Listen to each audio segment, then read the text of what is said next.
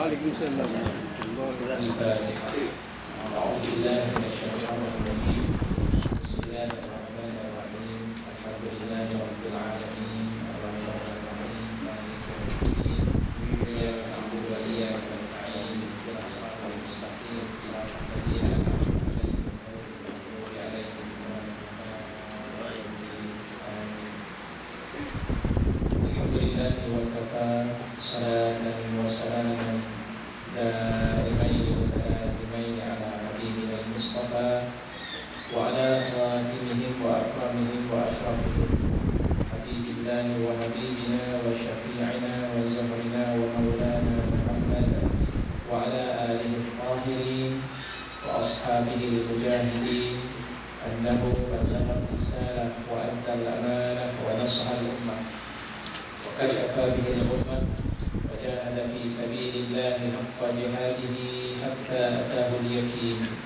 تركنا على محجة البيضاء ليلها كنهارها لا يزيغ عنها إلا هالك. اللهم افتح بيننا وبين قومنا بالحق وأنت خير الفاتحين. رب اشرح لي صدري ويسر لي أمري واحلل عقدة من لساني يفقهوا قولي. اللهم آمين ya Rabbal Alamin.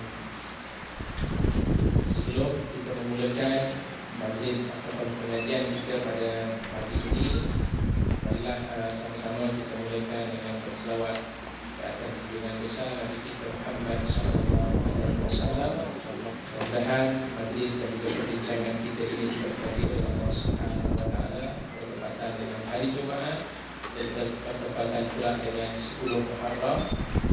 Mudah-mudahan Allah Subhanahu wa taala memberikan kepada kita kelimpahan dan jalan yang diberikan kepada Allah Subhanahu wa taala. Allahumma salli ala sayyidina Muhammadin nabiyil ummi wa ala alihi wa sahbihi wa sallim. Allahumma salli ala sayyidina Muhammadin nabiyil ummi wa ala alihi wa sahbihi wa sallim. Allahumma salli ala sayyidina Muhammadin النبي الأمي وعلى آله وصحبه وسلم. اللهم صل على سيدنا محمد. Hadirin dan hadirat muslimin muslimat yang dikasihi dan dirahmati oleh Allah Subhanahu wa taala. Pertamanya alhamdulillah kita bersyukur pada Allah Subhanahu wa taala kerana diberikan kesempatan dan kekuatan kepada kita pada pagi ini, kesihatan yang baik, kita mampu untuk melaksanakan apa sahaja keinginan dan kemahuan yang kita lakukan. Tetapi pagi ini kita digerakkan untuk bersama-sama meneruskan agenda berzikir kita kepada Allah Subhanahu wa taala, dan sesungguhnya inilah di antara taman-taman syurga Allah, dan zikir seumpama inilah yang dapat memberikan kepada kita kebahagiaan dari seluruh hati kita dan ketenangan dalam kita melayani bahtera kehidupan di muka bumi Allah Subhanahu wa taala.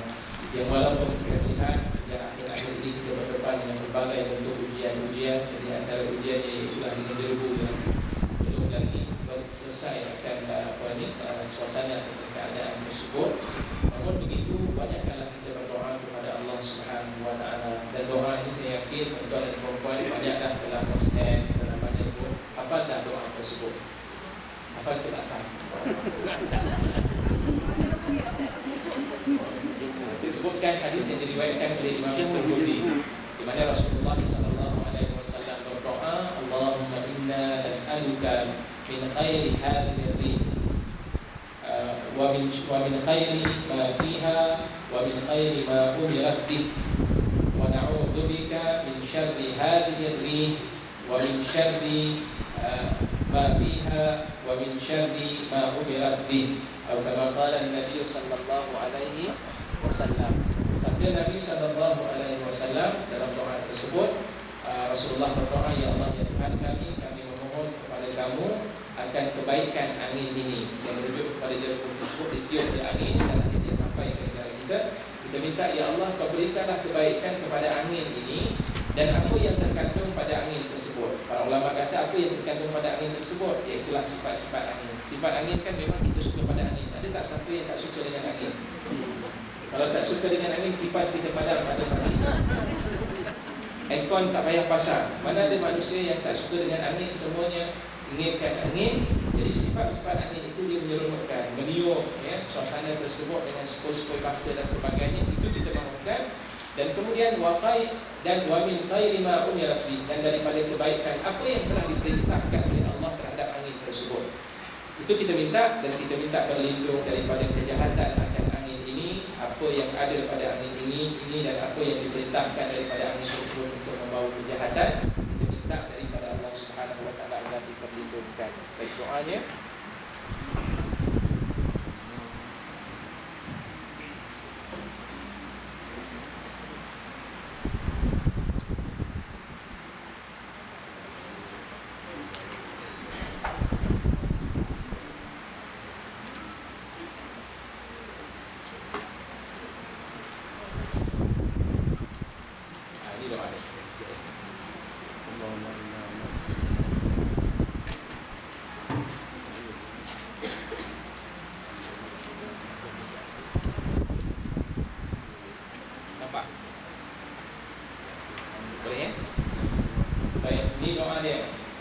Daripada Ka'ab Al-Ubay bin Ka'b Al-Ubay bin Ka'b radhiyallahu anhu qala Rasulullah sallallahu alaihi wasallam, la tasubbu ar-riha fa idza ra'aytum ma takrahuna faqulu Allahumma inna nas'aluka min khairi hadhihi ar-rih wa khairi ma fiha wa khairi ma umirat bih wa na'udzu bika min syarri hadhihi ar-rih wa syarri ma fiha wa syarri ma umirat bih.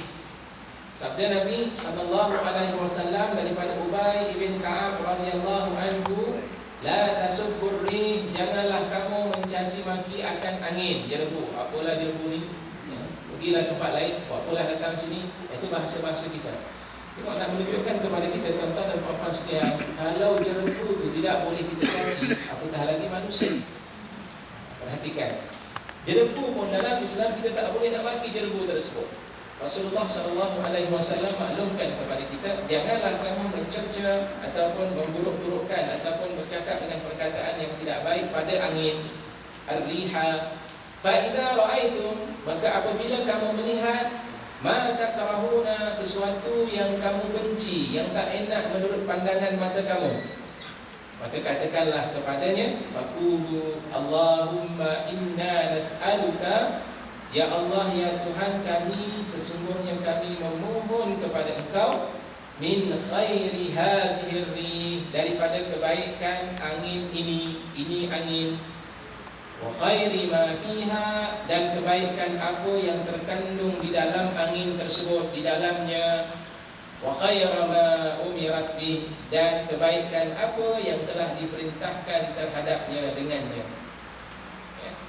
Wa na'udzu bika, dan kami meminta perlindungan dengan Engkau ya Allah, min syarri hadhihi rih, daripada kejahatan ini angin, wa syarri ma fiha, dan kejahatan ataupun keburukan apa yang ada padanya, wa syarri ma umirat bih, dan kejahatan apa yang telah diperintahkan dengannya. Minta berlindung dengan Allah Subhanahu wa taala. Amalkan, buat sahaja ataupun doa yang kita mohon pada Allah Subhanahu wa taala. Baik. Kemudian seterusnya, tuan-tuan dan puan-puan sekalian, masih lagi berkait dengan masalah jerbu. Ada orang tanya, Ustaz ni apa alamat daripada jerbu tersebut? Betul, dalam hadis Rasulullah sallallahu alaihi wasallam muttafaqun alaih, dan ada riwayat juga daripada riwayat Imam Muslim. Saya rasa saya sebutkan di sini adalah riwayat daripada Imam Muslim. Tak kambing lagi. Kami belum. nak bagi tu. Baik, teruskan guys.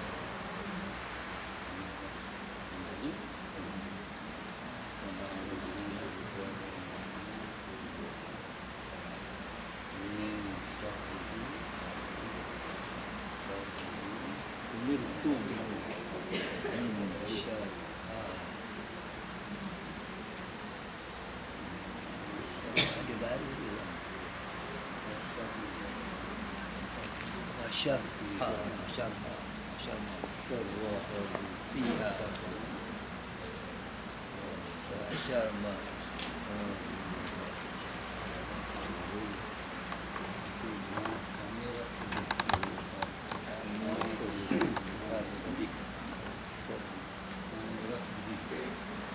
Umirat Hamzah tu boleh depan. Umirat. Ulang balik mana Ustaz? Ya, ya Allah, ya Tuhan kami, sesungguhnya kami memohon kepada kamu daripada kebaikan angin ini dan kebaikan apa yang ada padanya dan kebaikan apa yang telah diperintahkan dengannya. Dan kami minta berlindung dengan Engkau daripada kejahatan angin ini dan kejahatan apa yang ada padanya dan kejahatan apa yang telah diperintahkan dengannya. Sudah? Baik, seterusnya dalam hadis Rasulullah SAW, saya ambil hadis riwayat daripada Imam Muslim. Satu ketika Rasulullah SAW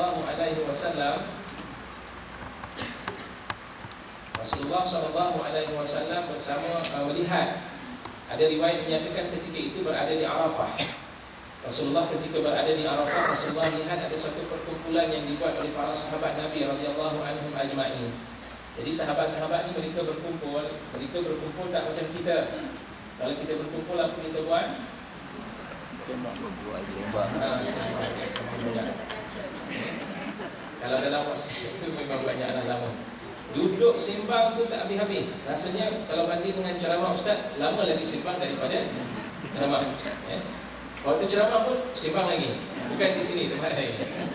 Baik, jadi dalam keadaan demikian, Rasulullah melihat para sahabat Nabi SAW dan kemudian Rasulullah bertanya kepada kelompok para sahabat tadi yang berhimpun, ditanya, "Ma tadzakarun, ma tuzakirun?" Apa yang kamu bincang-bincangkan?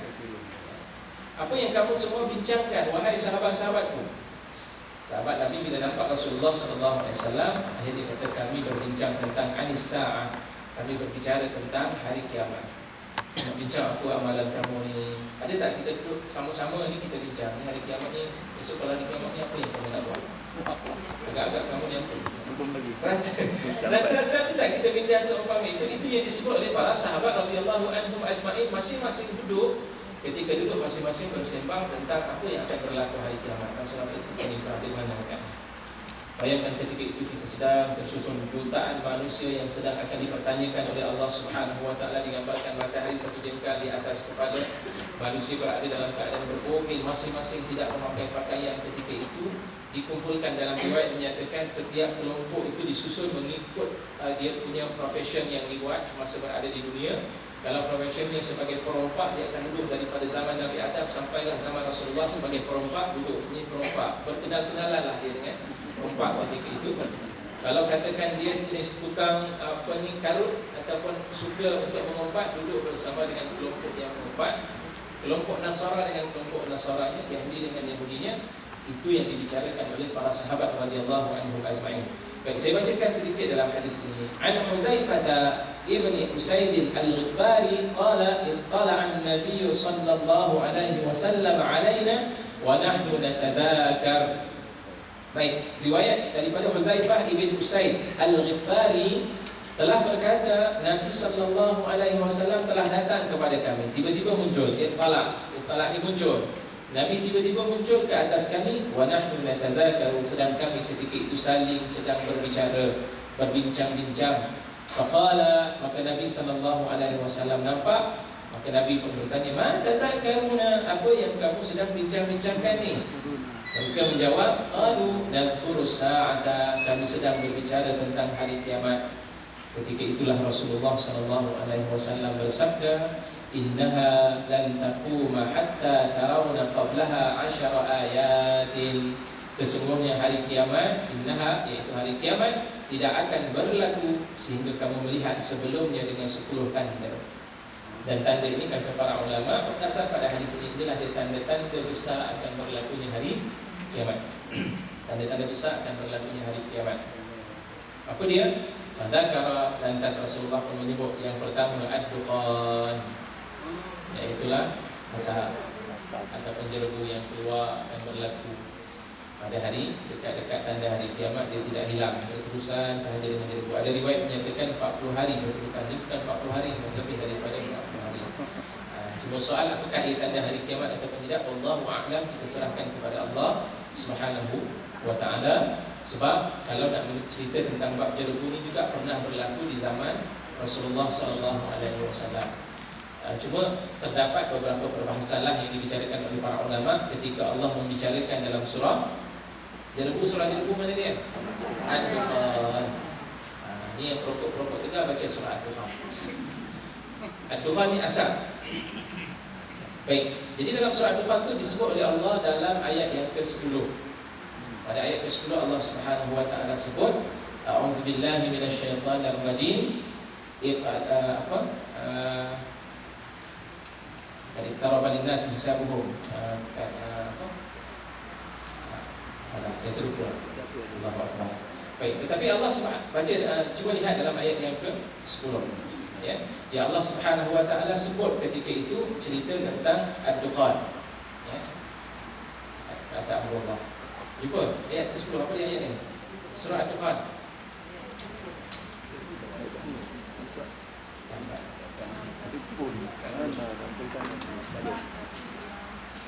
Macam mana? Fartakib. Fartakib yawma ta'ti as-samaa'u bidukhanin mubin. Fartakib yawma ta'ti as-samaa'u bidukhanin mubin. Allah sebut fartakib. Jadi kalimah fartakib itu kata tunggulah oleh kamu. Tunggulah oleh kamu. Jadi ketika itu golongan orang-orang kafir Quraisy bila Rasulullah SAW sampaikan dakwah, sampaikan dakwah kepada mereka, dan akhirnya mereka tidak mahu menerima apa yang disampaikan oleh Rasulullah SAW. Rasulullah SAW. Dan akhirnya Rasulullah SAW tengok lambat sangat kafir Quraisy nak menerima Islam. Rasulullah berdoa kepada Allah Subhanahu wa taala, ya Allah, ya Tuhanku, kau kuasailah, sallit alaihim, Allahumma sallit alaihim, kuasailah ke atas mereka seperti mana kemarau yang berlaku pada zaman Nabi Yusuf alaihissalam. Rasulullah minta kemarau itu berlaku kepada mereka. Antara daripada itu dalam tempoh 2 tahun kemarau berlaku, kemarau panjang yang berlaku ketika itu, mereka tak ada makanan, tak ada minuman. Sehingga kan diriwayatkan ketika itu mereka makan bukan daging, makan tulang. Tulang-tulang yang ada itulah makanan mereka. Daun-daun pokok itu adalah merupakan makanan-makanan mereka, sebab makanan sudah tidak ada akibat daripada kemarau yang berpanjangan. Pokok tidak subur ketika itu. Itu yang berlaku, tuan-tuan dan puan-puan. Dan akhirnya mereka bertemu dengan Rasulullah SAW. Ya Rasulullah, doalah pada Allah, minta pada Allah. Mereka tahu ya Rasulullah ni boleh memperkenankan, atau doa Rasulullah diperkenankan oleh Allah Subhanahu wa taala. Dan kemudian turunlah ayat tersebut, fartaqib yauma ta'ti as-samaa'u bidukhanin mubin. Tunggulah oleh kamu di hari akan datang datang kepada langit tersebut dukhan, iaitulah asap yang nyata daripada Allah Subhanahu wa taala. Kata para ulama, ketika itu bukan yang dimaksudkan dukhan itu dukhan yang sebenar, maksudnya asap yang sebenar. Cuma kerana mereka itu berada dalam keadaan lapar. Orang yang berada di dalam keadaan lapar di bumi padang pasir yang panas, apa yang dia nampak ketika itu? Dia nampak asap keluar. Betul tak betul ni waktu lapar? Kita kat Malaysia ni waktu puasa kalau lapar subuh agaknya pun begitu. Nampak. Kadang air tak nampak di hujung tu yang disebut dalam Al-Quran, ya. Mereka yahsabuhu dhama'anu ma'a, mereka menyangka sarab ataupun fata morgana yang jauh tu dianggap sebagai air. Sebab apa? Terlalu lapar dan terlalu haus nampak macam air ketika itu. Dan begitulah yang digambarkan, kerana terlalu lapar mereka nampak macam asap. Itu pendapat yang pertama. Dan pendapat yang kedua, kata para ulama, dekat dengan hari kiamat nanti akan keluar Allah Subhanahu wa taala, keluarkan daripada perut bumi Allah Subhanahu wa taala asap. Jadi kita minta berlindung daripada Allah. Kalau inilah mungkin di antara salah satu daripada tanda-tandanya segeralah untuk kita beramal, lakukanlah taubat yang banyak kepada Allah Subhanahu wa taala.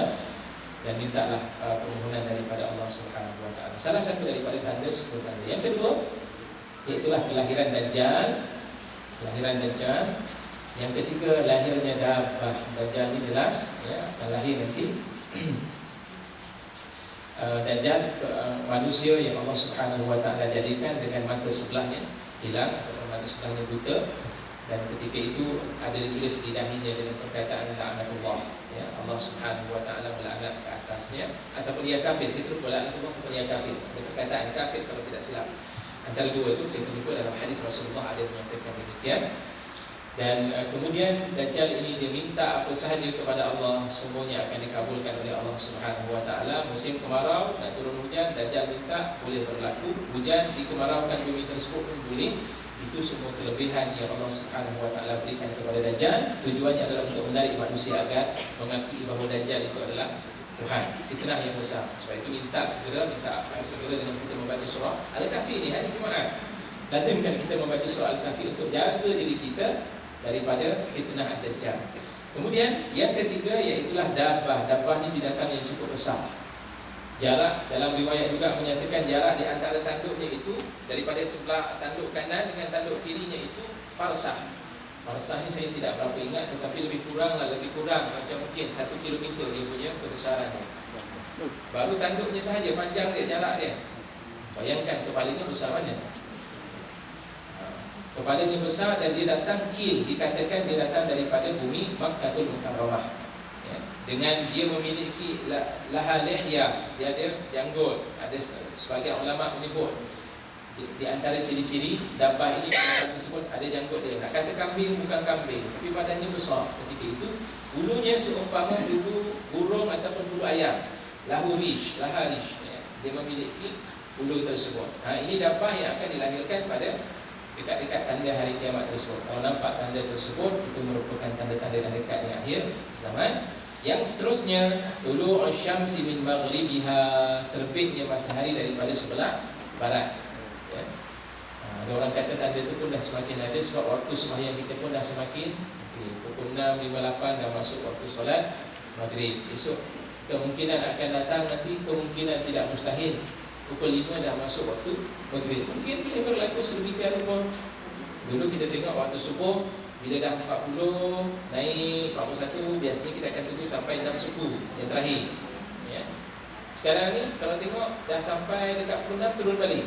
Turun menjadi 5.40 balik. Bila nak 6 suku, biasanya dia akan terus sampai 6 suku. Dia tidak, dia turun balik masa dia tersebut. Kemungkinan nanti tak mustahil dia akan berlaku terbitnya matahari daripada sebelah barat. Kalau itu berlaku, ya, mintalah ampun segera kepada Allah Subhanahu wa taala. Sedangkan dalam hadis Rasulullah menyatakan waktu maghrib, waktu bulan matahari terbit daripada sebelah barat itu, keampunan sudah tidak lagi diterima oleh Allah Subhanahu wa taala. Mereka yang nak bertaubat kepada Allah sudah lagi tidak diterima taubatnya oleh Allah Subhanahu wa taala. Wal iyaz billah. Jangan tunggu lagi untuk kita bertaubat kepada Allah. Nuzul Isa bin Maryam, turunnya Nabi Isa Ibnu Maryam, ya. Kemudian lahirnya Ya'juj dan Ma'juj. Ketika turun Nabi Isa, Ya'juj dan Ma'juj ini yang ditanam hidup-hidup oleh Zulkarnain dalam surah Yusuf, dalam surah Al-Kahfi itu, sampai dekatnya hari kiamat dia akan keluar. Sebab dalam riwayat mereka sedang berusaha untuk mengorek tembaga yang ditanam ataupun yang disiram ke atas mereka untuk ditutup agar mereka tidak keluar daripada perut bumi.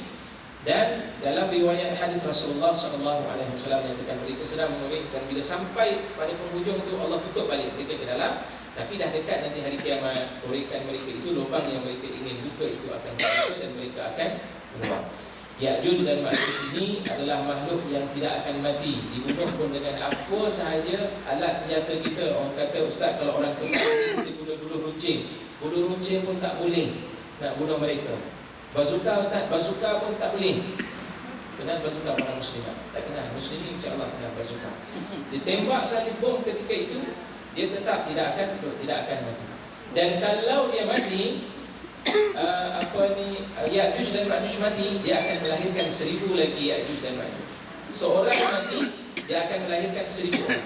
Itu dia Ya'juj Ma'juj. Maknanya bilangan mereka banyak, sehinggalah akhirnya nanti umat Islam dia akan lari pergi ke Baitul Maqdis, akan berhimpun di sana. Ketika itu Nabi Isa AS pun bersama-sama itu membawa pengikut-pengikutnya yang beriman kepada Allah Subhanahu wa taala. Mereka berhimpun di sana. Ya'juj dan Ma'juj mengepung bumi tersebut.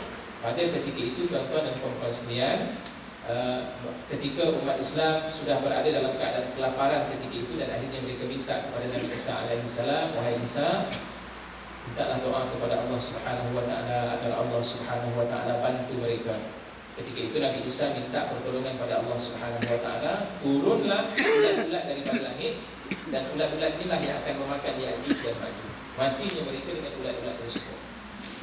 Itu di antara tanda akan berlakunya hari kiamat. Wa salasata khusufin, dan 3 khusuf, 3 gempa bumi akan berlaku. 3 tempat gempa bumi akan berlaku. Pertama, gempa bumi yang berlaku bil masyriq, di sebelah timur. Dan yang kedua, gempa bumi yang berlaku di sebelah barat. Dan yang ketiga, iaitulah gempa bumi di Jaziratul Arab, di semenanjung tanah Arab. Ada 3 gempa bumi yang akan berlaku. Wa akhiru dzalik, dan tanda yang 10 tanda yang terakhir itu, narun takhruju minal Yaman, api yang keluar daripada bumi Yaman. Maksudnya peperangan. Sebagian ulama menyatakan maksud nar, api di situ artinya berlakunya peperangan dan pembunuhan di bumi Yaman. Ya, di bumi Yaman, tatrudun nasi ila mahsyarihim, di mana manusia ketika itu akan dikumpulkan di tempat perhimpunan mereka. Ya, manusia semua dihalau ketika itu, semua akan pergi kepada tempat mahsyar mereka, itulah tempat mereka berhimpun untuk bertemu dengan Allah Subhanahu wa taala. Ini di antara tanda-tanda berlakunya hari kiamat. Baik. 8. Baru 7. 8. Cuba kira betul-betul. Ni siapa kira tak betul ni, dah dekat dah. Salah satu lepas tu apa? Baik, yang pertama yang pertama cuba kira Ad-Dukhan 1, Ad-Dajjal 2, Dabbah 3, Tulu' Syam 4, Nuzul Isa 5, Ya'juj dan Ma'juj 6. Salasah ni berapa? Campur dengan 3. 3 apa bumi? 7. Ayolah, salasah 3 kan? Ya. Campur dengan 3 berapa? Campur dengan 3 dan campur 3 berapa? 9. Campur 10. Dia kira ni 3 ni, dah sebut 3 ni, dia bagi tahu 3. Jadi dah 9. Dan yang terakhir di bumi Yaman. berapa bilangannya? 10. Ya. Jadi 10 tanda besar. Ini yang berperang di Yaman tu. Allahu a'lam. Ini ada orang bertanya, Ustaz, tanda-tanda hari kiamat ini berlaku dalam keadaan dia sekali terhimpun ataupun dia berpisah-pisah. Datang seorang, satu peristiwa habis, kemudian datang peristiwa berikutnya habis, datang peristiwa berikutnya habis. Di dalam hadis Nabi SAW, kalau mereka yang mempelajari bahasa Arab, dia akan tengok kalau disebut satu persatu itu, kemudian datang peristiwa berikutnya, itu disebut dengan perkataan summa, ataupun disebut dengan perkataan fa. Contohnya dalam hadis ini, fadzakarat dajjal, fadzakarat dukhana, fad-dajjal, fad-dabbah, fa tala asy-syamsi, semuanya fa berlaku. Tak lama selepas itu berlaku, tak lama selepas itu berlaku. Ataupun summa, lama sedikit disebut dengan summa. Tetapi bila disebut dengan waw jamak, waw yang menghimpunkan, waw dan ni, kemungkinan boleh berlaku dalam masa yang sama. Wallahu a'lam, tapi mungkin akan berlaku dalam keadaan yang serupa. Justru daripada itu, dengan melihat suasana dan juga keadaan yang berlaku pada hari ini, segerakanlah kita untuk melaksanakan amal-amal yang saleh. Jangan kita menanggung-nanggungkan amal tersebut. Dan di antara amal yang saleh pada hari ini yang kemudian puasa Asyura, ya, puasa pada 10. Ini hadisnya. Saya himpunkan sebenarnya ada maksud-maksudnya. Ini di antara hadis riwayat daripada Imam Muslim, sabda Rasulullah daripada Abi Qatadah radhiyallahu anhu. Rasulullah bersabda, "Siyamu yaumi Asyura ahtasibu 'ala Allah an yukaffira as-sanata allati qablah." Rasulullah bersabda, puasa pada hari ke-10 Muharram, saya mengiranya ke atas Allah, saya mengharap kepada Allah Subhanahu wa taala agar ia dapat mengampunkan dosa setahun sebelumnya. Setahun dosa kita sebelum ini diampunkan oleh Allah, akan dihapuskan. Tapi dosa ini yang dimasukkan adalah dosa-dosa kecil. Ya. Allah akan menghapuskan dalam tempoh setahun dosa-dosa yang kita lakukan. Dosa-dosa kecil, maknanya dosa yang kita lakukan dengan Allah Subhanahu wa taala. Adapun dosa dengan manusia tetap masih belum dapat diampunkan, melainkan kita memohon maaf kepada manusia, ya, minta ampunan kepada manusia itu terlebih dahulu. Sebab itu kita disunatkan untuk berpuasa pada 10 Muharram. Jadi macam-macamlah hadis-hadis Rasulullah sallallahu alaihi wasallam yang kita perlu. Kenapa disebut dengan nama 10? Itu banyak riwayat yang dinyatakan dengan Asyura ni 10 ni. Kenapa? Sebab ada riwayat menyatakan 10 ini itu merujuk kepada hari yang ke-10 pada bulan Muharram. Ada juga yang menyatakan 10 ini sebenarnya karamah berlaku pada 10 berlaku pada 10 para nabi, ataupun karamah berlaku 10 ini berlaku kepada para anbiya. Di antaranya Nabi Idris alaihissalam diangkat ke langit ketika itu oleh Allah Subhanahu wa taala pada hari yang ke-10 Muharram. Ya, riwayat menyatakan sedemikian rupa. Rasulullah diutus dipastikan menjadi seorang nabi juga pada 10 Muharram. Nabi Isa alaihissalam diselamatkan oleh Allah, diangkat oleh Allah Subhanahu wa taala, itu juga berlaku pada 10 Muharram. Nabi Musa alaihissalam diselamatkan oleh Allah Subhanahu wa taala daripada cengkaman Firaun, berlakunya pada 10 Muharram. Dan ada lagi banyak 10. Nabi Nuh alaihissalam diselamatkan oleh Allah sehingga sampai kepada bukit Judi yang disebut oleh Allah Subhanahu wa taala, itu juga berlaku pada 10 Muharram. Selebihnya saya terlupa, tapi itu di antara beberapa riwayat yang menyatakan kenapa dia dinamakan dengan nama 10. Ustaz, Ustaz sebut tadi tu Nabi Idris diangkat ke langit tu. Ini ya, saya baru kali pertama mendengarnya. Ya, boleh dapatkan pencerahan sedikit. Berdasar kepada hadis Rasulullah SAW, ya, memang ada yang menyatakan sedemikian rupa. Disebut dengan perkataan Rafa'a Idris, Rufi'a Idris. Maksudnya Nabi Idris itu memang diangkat ke langit. Ya. Dia mati ataupun tidak. Kalau berdasar kepada hadis tersebut, Wallahu a'lam. Ya. Jadi ada riwayat menyatakan dia tidak mati, dia diangkat.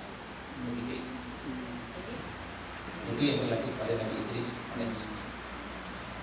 Adapun apapun yang lain itu, Wallahu a'lam, sekadar apa yang saya tahu yang dinyatakan itu dengan perkataan. Ya, Wallahu a'lam. Baik. Jadi selesai kita melihat kepada perbincangan kita pada ini. Sambung perbincangan kita. Saya tutup. Okey. Sambung perbincangan kita pada muka surat 84. Perbincangan pada muka surat 80. Bermula daripada perintah Allah. Betul?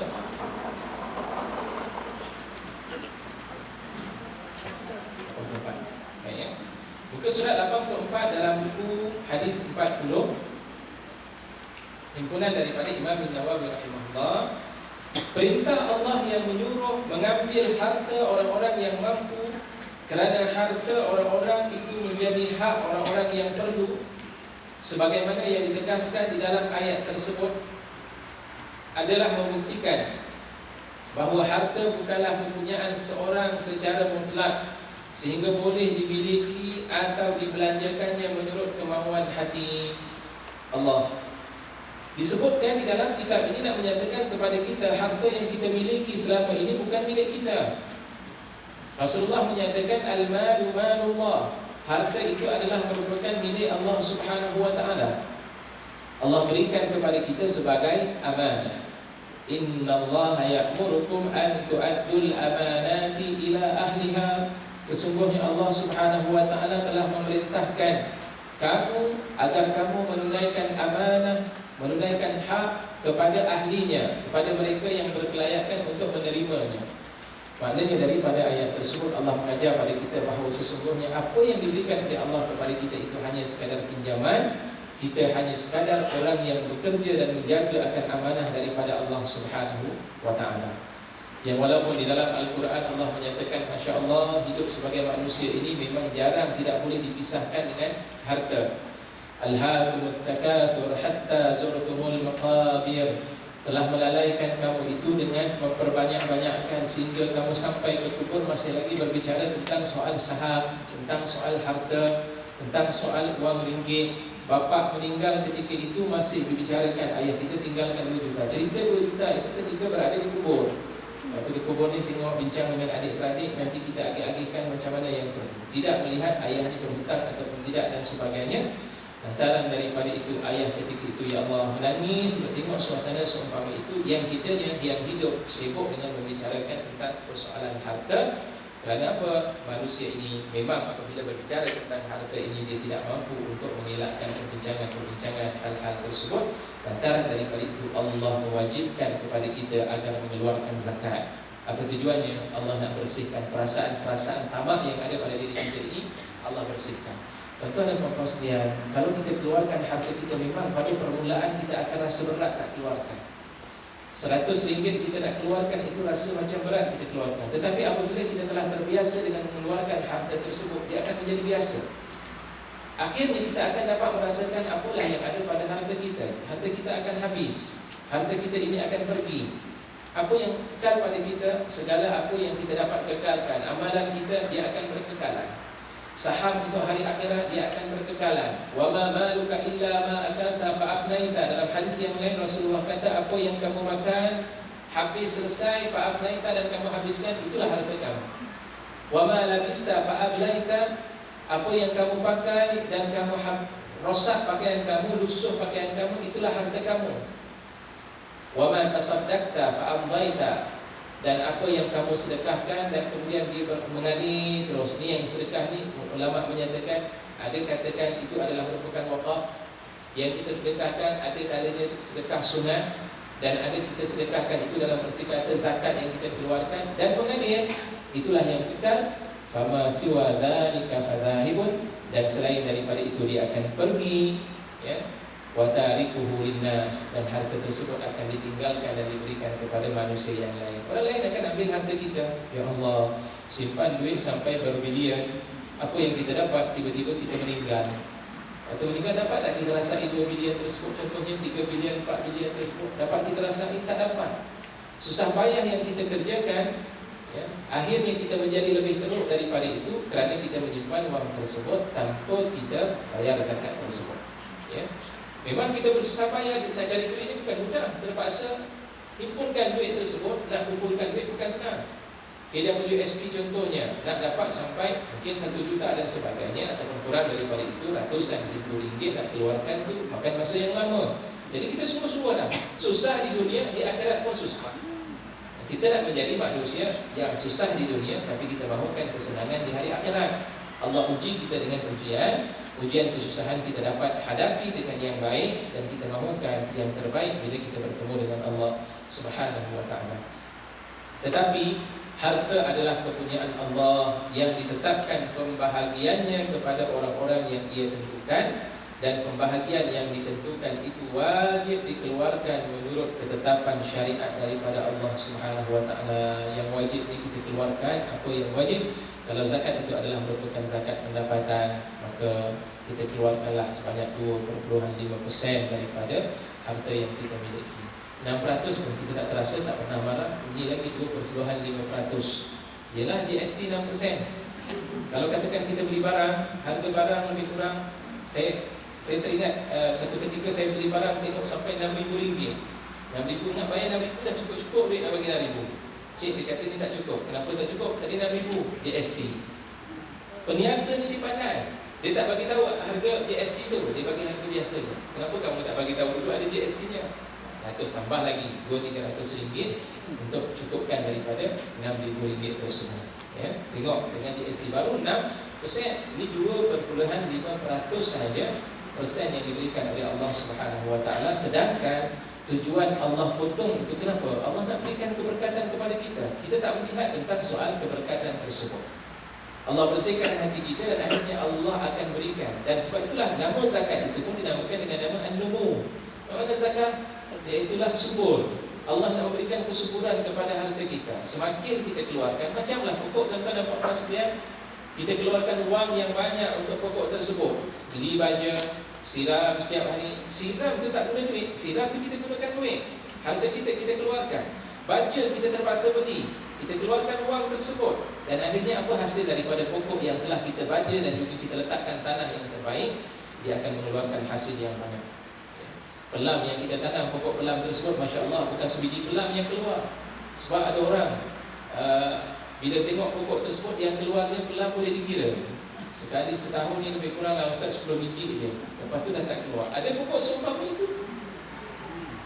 Saya ingat tak ada. Bila nampak kata musim pelam, dia akan keluar banyak. Di Kuantas tuan-tuan, Ini cerita kat Kuarters. Kuarters kita ada pelam mangga, kita ada pelam apple, kita ada queenie. Dan tiga-tiga bila musim, Masya Allah, queenie tak ada habis keluar. Satu kampit atau kampit banyak bagi dekat orang, bagi. Dan Alhamdulillah sampai sekarang masih lagi pokok tu berbuah lagi, ada lagi buah tersebut. Nampak macam sikit, tapi bila jatuh tu nampak Masya Allah banyak buah-buah tersebut. Saya ingat lagi pokok-pokok ni yang tanam pokok ni adalah arwah abah ataupun imam bekas imam masjid Negeri dahulu. Jadi kita panggil dia yang abah. Dia tanam, Alhamdulillah sampai sekarang buah-buah tersebut masih lagi berada dalam keadaan. Kalau tidak percaya boleh pergi ke Kuarters tengok pokok buah. Pelam apple tu jatuh, kadang-kadang sampai kaki tangan yang ada di masjid tu pun tak nak ambil lah. Tengok macam tu busuk, kesian. Kita ambil, kumpulkan, bagilah sesiapa yang nak makan. Buahnya manis, dalam keadaan baik. Mudah-mudahan itu yang kita mahukan, hasil daripada rezeki yang kita perolehi, kita keluarkan, tujuannya adalah untuk menambahkan lagi kebaikan dan kesuburan harta yang Allah Subhanahu Wa Taala berikan kepada kita. Baik, dan barang siapa yang enggan mengeluarkannya, wajiblah diambil daripadanya secara paksa, sebagaimana yang pernah dilakukan oleh Sayyidina Abu Bakr As-Siddiq radhiyallahu anhu.